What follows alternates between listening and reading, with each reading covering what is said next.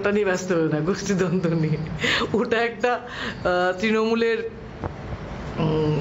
মানে সিলেবাসের মধ্যে পড়ে গেছে। গোষ্ঠীদ্বন্দ্ব নিয়ে বিস্ফোরক শতাব্দী রায়, গোষ্ঠীদ্বন্দ্ব নিয়ে বেশি ভাববেন না, ওটা এখন তৃণমূলের সিলেবাসে রয়েছে। ভোট এলে সবাই একসঙ্গে কাজ করে। বীরভূমের তৃণমূল প্রার্থী শতাব্দী রায়ের এই মন্তব্যকে কেন্দ্র করে বিতর্ক।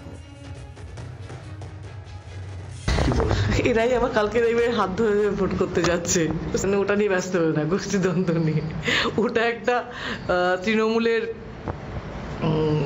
মানে সিলেবাসের মধ্যে পড়ে গেছে, কিন্তু আবার ইলেকশন এলে সবাই আবার এক হয়ে ভোট করে।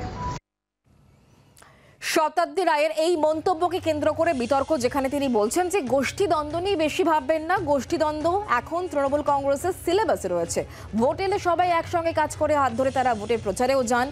বীরভূমের তৃণমূল প্রার্থী শতাব্দী রায় তার এই মন্তব্যকে কেন্দ্র করে বিতর্ক, যে কথা তিনি বললেন, যেখানে তিনি বলছেন যে গোষ্ঠীদ্বন্দ্ব এটা নিয়ে বেশি ভাববেন না, কারণ এটা তৃণমূল কংগ্রেসের সিলেবাসে রয়েছে, এমনই মন্তব্য তার।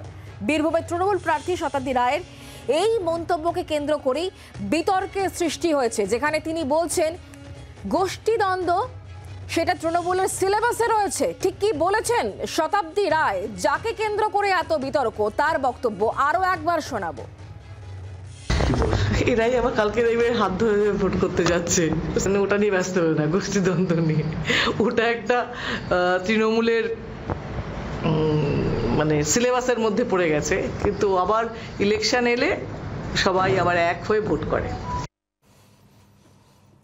নির্বাচনের সময় সবাই একসঙ্গে ভোট করেন, কিন্তু যে গোষ্ঠীদ্বন্দ্ব নিয়ে বারবার করে এত কথা বিরোধীরা বলে থাকেন, তৃণমূল কংগ্রেসের গোষ্ঠীদ্বন্দ্ব নিয়ে বারবার বিরোধীদের বক্তব্য শোনা গিয়েছে। আর সেই জায়গা থেকেই যখন তাকে প্রশ্ন করা হয়, তখন তিনি বলছেন যে গোষ্ঠীদ্বন্দ্ব নিয়ে বেশি ভাববেন না, কারণ ওটা তৃণমূল কংগ্রেস সিলেবাসে রয়েছে। কিন্তু যখন ইলেকশন আসে তখন সবাই একসঙ্গেই কাজ করে, এমনই মন্তব্য শতাব্দী রায়। বীরভূমের তৃণমূল কংগ্রেস প্রার্থী শতাব্দী রায় এই মন্তব্যকে কেন্দ্র করেই বিতর্ক। বাংলার আওয়াজ, বাঙালির আবেগ, জি 24 ঘন্টা।